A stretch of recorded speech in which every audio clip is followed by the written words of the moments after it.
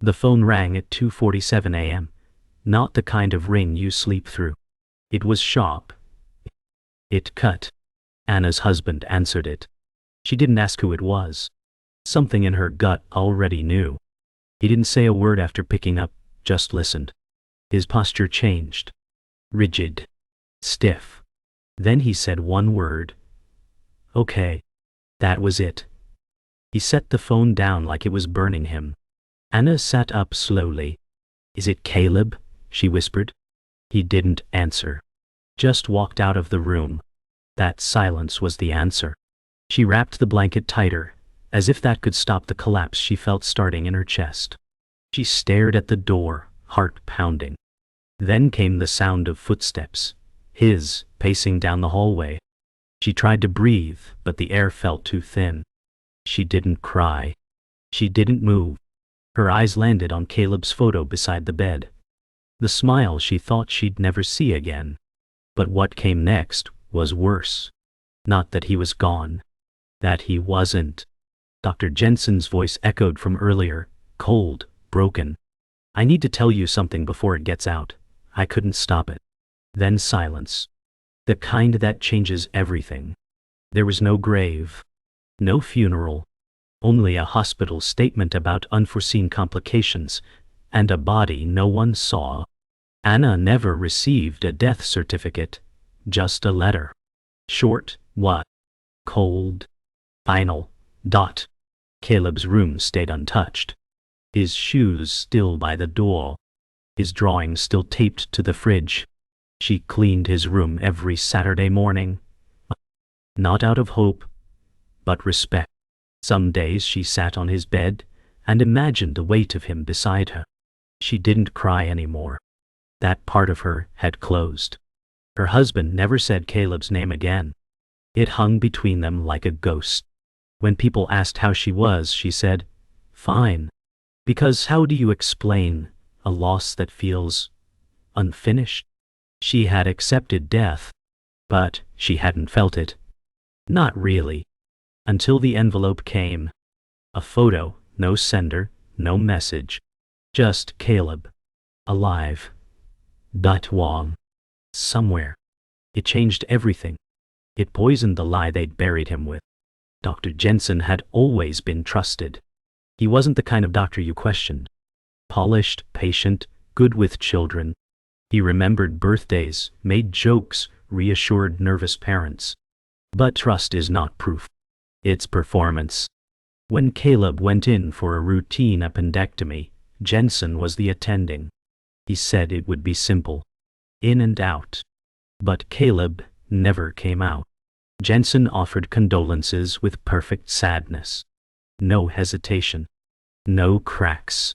But now, Anna played the call over and over in her mind.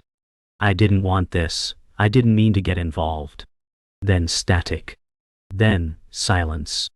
A man cracking under the weight of his choices. That voice didn't belong to someone who lost a patient. It belonged to someone who lost control of something darker. Anna finally understood. Jensen wasn't the whole machine. He was a cog. And Caleb wasn't a loss. He was a product. Anna remembered Caleb's last words before surgery. Don't let them take me. She had laughed then, trying to calm him. She thought he meant the IV or the anesthesia. But now the words echoed differently. Not fear of pain. Fear of being taken. She'd brushed it off, like every other red flag. The nurse who wouldn't meet her eyes. The consent form they rushed her to sign. The surgery delay without explanation. Each moment felt harmless alone. But together, they formed a pattern. A path. One leading into something deeper, darker. Caleb was healthy. Strong. No history of complications. There was no reason for him to die. Unless death was never the plan. The photo in the envelope wasn't old. Caleb's hair was shorter. His face thinner. He had a fresh surgical scar across his abdomen. It was taken in a place Anna didn't recognize. Sterile walls, no windows, unfamiliar equipment. The timestamp read 3 days after his supposed death. Her hands shook as she turned the photo over. Blank dike. No note. No explanation. Just proof. Someone wanted her to know. Someone wanted her to see what they had done. That night she sat in the dark staring at the photo until dawn. Caleb was alive. But he was no longer free. She whispered, "I'm coming." Not as a prayer. As a promise. Anna stopped speaking after the envelope. Not out of shock, but preservation. Words became dangerous. Every one she might say could lead somewhere she wasn't ready to go. Her husband tried gently at first, asking if she was okay. She nodded. But silence thickened in their home like smoke. Every creak of the floorboards became loaded. Every unopened cabinet, a mausoleum. Caleb's room still sat untouched, but now the door stayed closed. She began waking up in the middle of the night, soaked in sweat, heart racing. She'd stare at the ceiling for hours, feeling like someone was watching her from the hallway. But there was never anyone there. Just the smell of antiseptic, always faint, always wrong. She stopped eating. Coffee and old air became her daily diet. And still, she didn't speak. The grief was no longer fresh. It had metastasized. Her pain had shifted from loss to something worse, knowing he might not be dead, but unreachable. Taken, not gone. Sold, not lost. And the worst part wasn't the loss. It was the silence that followed the truth. There are types of grief people understand.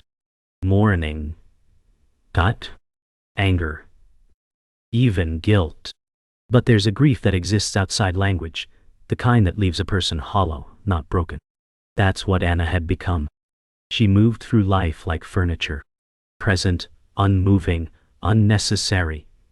Neighbors offered casseroles and tight-lipped sympathy, but no one asked where Caleb's body was.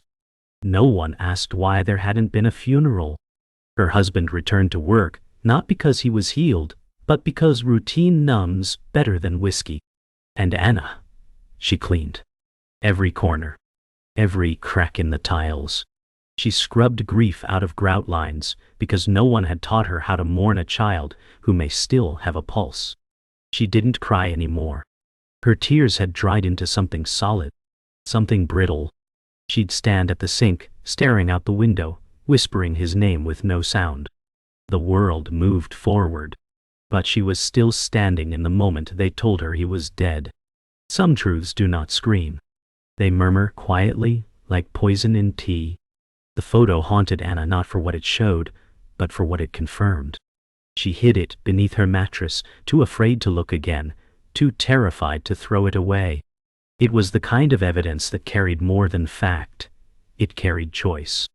To act, or to remain numb. Her husband never saw it. She couldn't let him. Not yet. She began noticing things. Old paperwork she had once dismissed, now felt off. Caleb's medical records, the ones she had skimmed through, were redacted in strange places. His file ended abruptly, with no mention of organ reports. And that word kept repeating itself in her head. Organ. Not death. Not loss. Organ. Wayne. As if her son had become a series of parts, labeled and processed.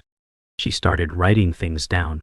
Connecting dots in a spiral notebook she kept hidden in the laundry basket. Not out of paranoia, but because part of her still believed she might find him. Anna's silence wasn't empty. It was strategic. Words make things real. And if she spoke aloud what she feared, that Caleb had been trafficked, harvested, then reality would harden around it. She needed space to breathe. So she drove.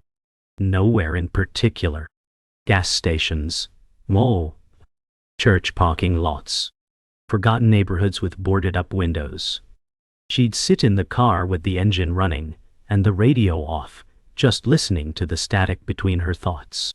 Sometimes she imagined Caleb walking down one of those empty streets, wearing the same red hoodie, looking up at her with eyes that said, "Why didn't you come sooner?" And she never had an answer. The city was loud with life, but inside her, it was still midnight. Still 2:47 a.m. The engine's hum was her only companion. She couldn't go back home. Not yet. Not until she could name the monster. Her breaking point wasn't a scream. It was a whisper she didn't know she'd spoken. In the middle of folding laundry, Anna muttered, "I think he's alive." Her husband paused, holding one of Caleb's shirts, and said nothing. He just stood there, the shirt in his hands like a wound that never clotted. And she didn't say it again, because once was enough. That single sentence shattered their fragile peace. The next morning he left the house before sunrise. No note. No calls. Just gone. Anna didn't cry. She folded the rest of the laundry. She put Caleb's shirt back in his drawer. She sat on the edge of his bed, inhaling the ghost of him in the pillow. That sentence had started something. A new kind of ache. Hope. And hope is cruel when you're not sure it's earned. But it grows like mold. Quiet. Hidden. Persistent. Now she wasn't just grieving. She was searching. Anna started calling old contacts.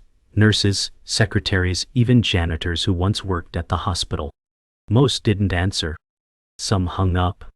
A few gave her numbers that led nowhere. One woman, barely audible, whispered, "You're not supposed to ask about him."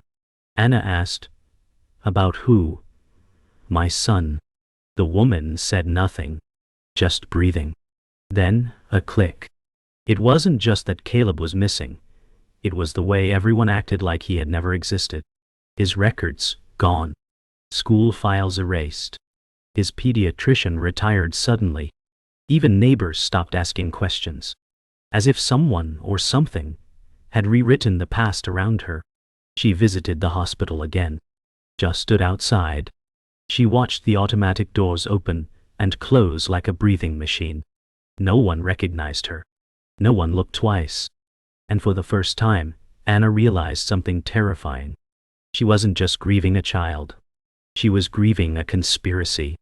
And no one was coming to help her unravel it. The receptionist smiled too easily. Her voice was smooth, practiced. Anna asked for Caleb's file. "We have no patient by that name," she said. Anna clarified, gave the date, the room number, even his doctor. "Still nothing," the woman replied. But something flickered in her eyes. A pause too long. Anna leaned closer and whispered, "He is not dead, is he?" The receptionist froze. It was only for a second, but Anna saw it. Fear. Or guilt. Then her tone shifted. "I'm going to have to ask you to leave," she said. Security was called. As they escorted her out, Anna noticed a door behind the desk. Heavy, metallic, unmarked. And for a second it opened, just wide enough for her to glimpse something she wasn't meant to see. Stainless steel gurneys. Heavy bags still dripping. No patients. Just parts. The door slammed shut. But it was too late. Anna had seen enough. The hospital wasn't a place for healing. It was a warehouse. Back home, Anna opened her laptop for the first time in weeks. She searched terms she'd never dared type before: black market organ trafficking, hospital corruption, disappeared patients post-surgery. The screen flooded with articles, cases, fragments. A pattern emerged: small hospitals, unexplained deaths, identical phrases in press releases. Routine complications, sudden cardiac arrest. She opened forums, found buried posts by parents like her. Stories of lost children, altered medical files, and anonymous threats when they asked too much. One post chilled her: "Your child isn't gone. Their inventory." It was dated 5 years ago. The author's profile was deleted. Anna printed everything. Lined her kitchen wall with papers and strings, piecing together a puzzle she wasn't supposed to solve. The truth wasn't buried. It was disguised. Sanitized. Hidden in plain sight. Her grief had been a distraction. But now, she had purpose. She was done mourning. It was time to dig. She returned to the hospital, not as a mother, but as a trespasser. Late night. Hood up. No hesitation. She knew the back entrances. Caleb once called them secret passages. She moved like she belonged, down corridors that smelled of bleach and guilt. The unmarked door was locked. She waited until a nurse stepped out, caught it before it clicked shut. Inside was colder, louder. The hum of refrigeration units. Rows of trays. Medical labels without patient names. Just numbers. Anna's breath hitched. Then she saw it. A plastic bag with Caleb's hospital ID. Empty. Wine. She opened a drawer nearby and found organs stored in sealed containers. Not refrigerated for transplant. Preserved. For inventory.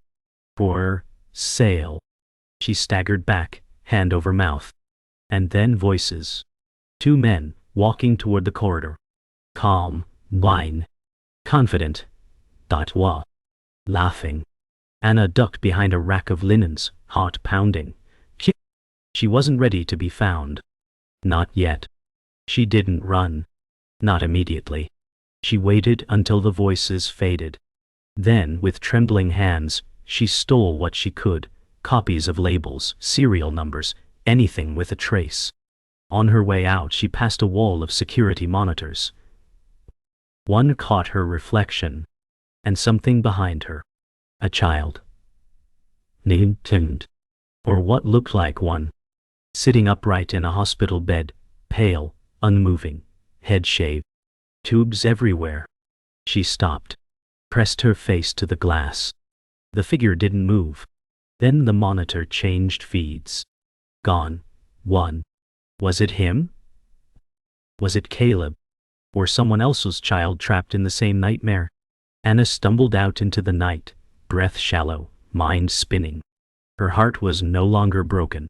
It was weaponized. She had crossed the threshold, past grief, past fear. She was in the middle now. And whatever this was, it was personal. It wasn't about organs anymore. It was about ownership. About bodies taken, lives repurposed, and the silence bought with blood. Dr. Jensen's voice was softer when he finally agreed to meet. Not guilty, tired. Like a man carrying secrets that had rotted from the inside out. Anna met him at a motel off the highway. Neutral ground. She brought nothing but a recorder in her coat pocket. He didn't recognize her at first. Or maybe he pretended not to. "I'm done lying," he said, "but I can't tell you everything." Anna sat in silence. He talked. About how it started. Budget cuts, private funding offers, then experimental collaborations. Children with recoverable organs were marked. The hospital would create false complications to cover their extraction. Not everyone died, he admitted. Some were kept under. Anna whispered. Was Caleb one of them? Jensen didn't answer. But his silence wasn't denial. It was fear. There are people involved, not doctors. Investors. You think it's about money, but it's worse. They think they're doing good. Anna's voice broke. Where is he? Jensen said nothing. Just slid her a single keycard. The keycard had no markings. Just cold plastic and weight. It belonged to a private facility Jensen refused to name, but Anna traced the address from a sticky note he dropped. She drove 5 hours north. The facility stood in the woods, masked as a rehabilitation center. Barbed fences. Security cameras. No signage. The kind of place built to be ignored. She parked on a dirt road, heart thudding against her ribs like a warning drum. The card worked. The door clicked open. Inside, everything was pristine. Sterile. The kind of clean that doesn't feel safe. It feels silent. She moved through white halls with no noise, only distant beeps. The rooms had numbers, not names. No signs of patients, only equipment. Then she reached a room marked Savina. The air changed. Heavier, wand. She touched the handle. Inside, someone lay beneath a sheet. Anna stepped in, breath caught between horror and hope. The boy on the bed looked like Caleb. Same jawline. Same scar above the eyebrow. But thinner, paler. Hair gone. Tubes ran from his arms, chest, and neck. Machines beeped softly beside him. Anna couldn't move. Her legs locked, brain spinning. Was it him? Or another child erased like hers? She stepped closer. His eyes fluttered, just once. She gasped, staggered back. "Caleb?" she whispered. But there was no answer. Just the steady beep of life, artificially maintained. His chest rose and fell, but the soul inside felt absent. Like a body in limbo. There was no sign of trauma. No surgical scarring beyond what she already knew. But something was wrong. Too quiet. Too preserved. Then she saw it. His wristband. It read, Unit 37, viable. Not a name. A product. That's when it shattered. The truth. The silence. The lie she had built her grief around. He hadn't died. He'd been shelved. She didn't cry. Not right away. She leaned in close, brushing a strand of hair that wasn't there. Whispered his name again and again. He didn't respond, but a tear rolled down his cheek. Anna's breath hitched. He heard her. He was still inside. She turned to the machines, unsure of what they did, what they fed, what they took. She found a drawer beneath the monitor. Inside, files. Medical logs, numbers, transfer codes. Caleb had been moved 4 times in 2 years. Transferred like cargo. His chart labeled him unresponsive but biologically viable. She whispered, "I'm taking you home." But even as she said it, she knew it wouldn't be that simple. The room had cameras. The hallway had guards. This place wasn't made for escapes. It was made for storage. A part of her wanted to scream. Another part wanted to burn the whole place to ash. But she stayed quiet. And kept the file. As Anna exited the room, she slipped the file beneath her coat. The hallway outside felt longer now. The silence louder. Every door she passed hid another story like hers, or worse. At the end of the hall, 2 men in uniforms turned the corner. She ducked into a supply closet. Breath shallow. Heart sprinting. She didn't come this far to fail. Through a grate, she saw the guards walk past. One of them said, "Unit 37 status is changing. They'll want to prep soon." Her stomach turned. They weren't going to keep him alive. They were preparing to harvest. Time wasn't on her side. She waited until the hallway cleared. Then ran. Out the back door. Into the woods. Darkness swallowed her. But in her arms, she clutched proof. Not just of Caleb, but of the system. It was no longer grief. It was war. And she wasn't just a mother now. She was a witness. And they had made a mistake. They let her see. Anna didn't sleep. She sat in her car parked outside a gas station, the stolen file spread across the dashboard like a map of horror. The documents detailed procedures, harvesting schedules, donor codes, payout structures. Caleb was scheduled for phase clearance. The euphemism made her sick. This wasn't medicine. It was inventory, liquidation. Her hands shook. But she didn't cry. Not anymore. She opened her phone and called the only person she still trusted. Caleb's old pediatrician. Dr. Mahar. She hadn't spoken to him in over a year. He answered after 2 rings. Anna didn't ask for permission.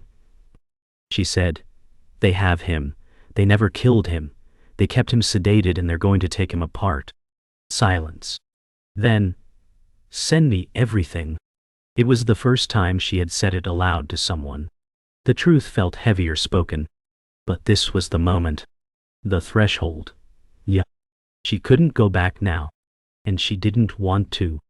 Dr. Mahar didn't ask how she got the documents. He just said, "Where is he?" Anna gave him the location. Within hours he drove upstate to meet her. In a diner off the highway, they sat in a booth as storm clouds crawled across the sky. Mahar read in silence. His fingers clenched tighter with every page. "I had suspicions," he said finally. "But this is a system." He outlined a plan. He knew a journalist, someone who had been chasing whispers about illegal organ networks for years. If you want this exposed, he said, we have to go loud, fast, before they erase everything. Anna nodded. But she wasn't thinking about exposure. She was thinking about Caleb, alone in that room, tubes in his arms. We'll go together, Maher said. Tonight. I have medical clearance. We'll get him out. And for the first time since the photo arrived, Anna felt something pierce the dread. It wasn't hope. It was resolve. Night fell like a curtain. Armed with Mahar's credentials and stolen keycards, they approached the facility. He wore scrubs. She wore a nurse's coat from the trunk of his car. Anna's breath was shallow as they passed through the outer gate. No alarms. No suspicion. Just another shift change. Inside, the halls buzzed with routine. No one looked twice. The doors opened. And there he was. Caleb. Still unconscious. Still labeled 37. Maha moved quickly, checking vitals, detaching tubes. Anna hovered, afraid to touch her own son. His vitals are weak, Maher said. But he's alive. Anna whispered his name, and this time, his eyes opened, barely. One word escaped his lips. Mom? It broke her. Everything she had held back. I'm here, she choked.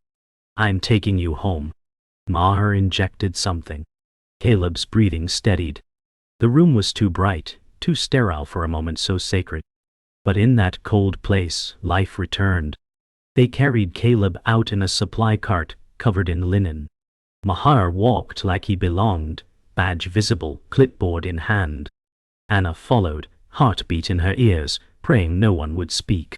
As they neared the exit, a guard stepped forward. Badge, he said. Maher didn't flinch. Handed it over. The guard stared too long. You're not on the overnight manifest. Silence stretched. Anna's fingers tightened around the cart handle. Then Maher said calmly, emergency transfer to ECU at St. Joseph's. Call Dr. Loring.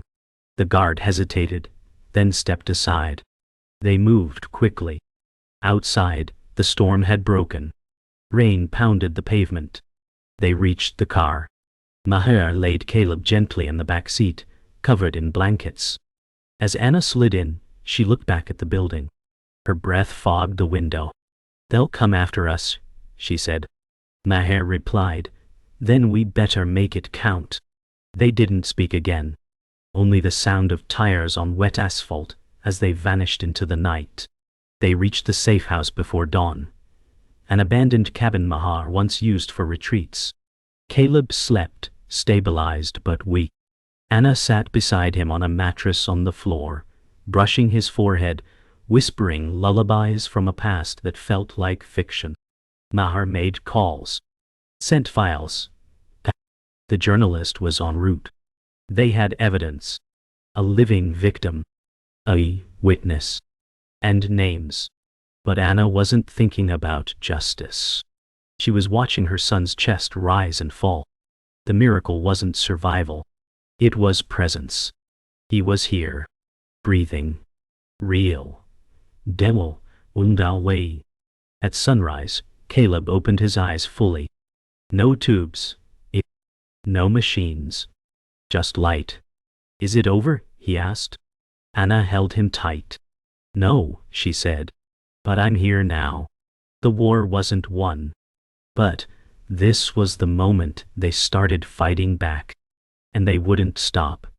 Not until every locked door was broken. Not until every child had a name again. The journalist arrived just after noon.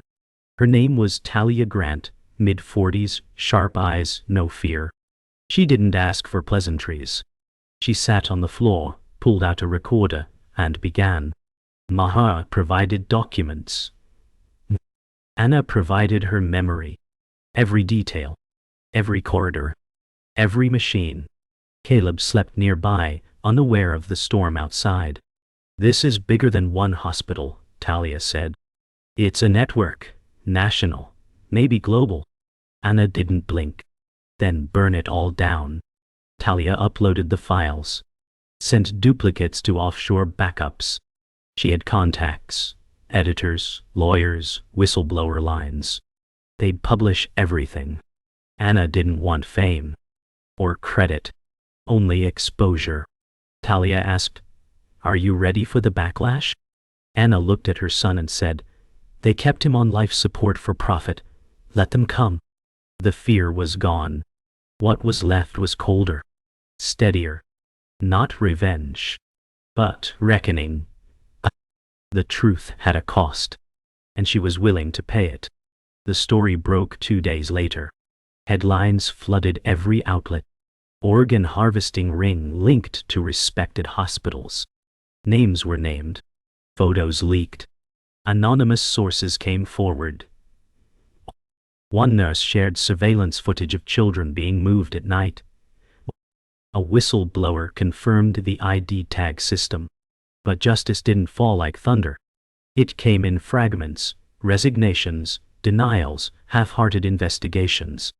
Anna watched it all from the cabin, Caleb sleeping with her hand in his. Some officials offered settlements. Others called her delusional. Dr. Jensen disappeared. Gone before the first subpoena. Mahar lost his license. Collateral damage, he said. But Anna didn't stop. She recorded statements, signed affidavits, worked with Talia daily. It was no longer about Caleb. It was about the ones they never found. The ones still tagged and waiting. Some called her obsessed. Others called her brave. But none of that mattered. She had become something else entirely. She had become necessary. Caleb started speaking in fragments, memories without context. The white lights, the cold rooms. I heard others cry. He didn't remember the beginning or how long he'd been there. Anna kept her voice steady. Never let her panic show. Mahar said trauma often blocks time. But Caleb needed more than therapy. He needed truth. One night, Anna showed him the wristband. His fingers traced the label. Unit 37, viable. That was me, he asked. That's what they called me. Anna nodded. But that's not who you are. Caleb didn't cry. He just stared. Am I broken? He asked. No, she said. You were stolen, and I stole you back. That was the moment her voice cracked. The first time she allowed herself to feel again. Not rage. Not grief. Just pain. And in that silence between them, something healed. Not everything, but something. The hearings began weeks later. Closed rooms. Cold suits. Federal agents with tight mouths and tighter agendas. Oh. Anna testified first. Then Mahar. Then others. But not Caleb. She refused. He's not your evidence, she told them. Her voice never cracked. She spoke names. Dates. Procedures. Everyone listened. Some wept. Others looked down. But no one denied her. Still, when it ended, there was no applause. No verdict. Only silence. Paperwork. Promises of reform. A few arrests. A few demotions. But the machine was too big to dismantle in a courtroom. Did it help? Mahar asked outside. Anna said, no. Then paused. But it made them look, and they can't unsee it. Justice hadn't arrived. But exposure had. That was something. Not enough. But something. Anna and Caleb returned home. Not to the past, but to something new. The house was quiet. Familiar. Dogs. But no longer haunted. She opened the bedroom door that had stayed closed for nearly 2 years. Caleb stepped inside and looked around like he was remembering someone else's life. This used to be mine, he said. It still is, Anna replied. They cleaned together. Dusted shelves. Opened windows. Let air in. That night, Anna tucked him in for the first time since the surgery. He looked older now. Different. IVS. But still her son. As she turned off the light, he said, promise you won't go again. She stopped, sat back beside him. "Well, I never left," she whispered. "They tried to take you, but they couldn't take me." Outside, the world kept spinning. Broken systems, unanswered questions. But inside that room, for a moment, there was peace. Earned, not gifted. The town never asked questions. Not the kind that mattered. After the story broke, some neighbors left casseroles, others crossed the street. They didn't want to know. They didn't want to see what she had seen. The school quietly reinstated Caleb's records. No apology. Just a file. As if a child could be re-entered into reality like software. Anna didn't attend the school meetings. She didn't explain. She just walked Caleb to class the first day, held his hand a second longer than necessary, and watched him disappear into a building that once held only ghosts. Some of the teachers stared too long. Others avoided her eyes. But Caleb walked with a quiet calm, like he'd already survived something most would never understand. And he had. She knew no one would protect him like she had. Not again. So she watched from the gate, until he was gone from view. Then she whispered the words she'd never said aloud before. "They took you, but you came back." Anna began writing, not for publication, but survival. Pages filled with details too specific for headlines. Things the cameras didn't show. The quiet machines, the labels, the feeling of standing beside her son while he was breathing but unreachable. The truth had already gone public. But this was something else. This was record. Legacy. The kind of truth passed down in whispers so it would never be erased again. She wrote late at night, when the house was quiet, when the clock blinked past midnight, and she could hear Caleb's breathing down the hall. In her writing, she gave the nameless children names. She gave the storage rooms warmth. She gave the silence shape. She didn't call it a memoir. She called it a warning. Her hands no longer trembled. Her sentences were knives. And in every paragraph she carved out a space for the memory of what they tried to steal, and what she took back. Caleb's recovery wasn't linear. Some nights he woke up screaming. Others he slept so deeply Anna would check his pulse. He didn't speak about the facility. Not in detail. But sometimes he drew doors without handles, rooms without windows, beds with no blankets. Anna didn't press. She hung each one on the wall beside his desk. A gallery of survival. He was quieter now, but not fragile. He didn't want therapy. He wanted soccer, pizza, and cartoons. And sometimes she let that be enough. But when she saw him staring too long at hospital shows, when he asked if organs could feel, she knew the healing had cracked. She knew trauma doesn't fade, it morphs. But he was here, breathing, laughing sometimes, crying sometimes. He was a boy again, not a product, not a patient. And that, more than justice, was the win. She had gotten him back. Not whole, but real. Dr. Maher never practiced again. But he didn't vanish. He traveled, spoke at underground conferences, helped other parents trace missing records. Whoa. He didn't want redemption. Only use. "I couldn't save them all," he told Anna once, "but I can stop the silence." He became a name whispered in encrypted calls, a ghost in systems meant to stay hidden. Anna would hear from him sometimes, packages of data, names to chase, children to locate. Their partnership became a network. Others joined. Journalists, survivors, former insiders. No institutions welcomed them. No authorities celebrated them. But in the dark, they thrived. A movement stitched from grief. Not an organization, but a resistance. There was no logo, no leader. Only the shared knowledge that the world had hidden monsters behind sterile curtains.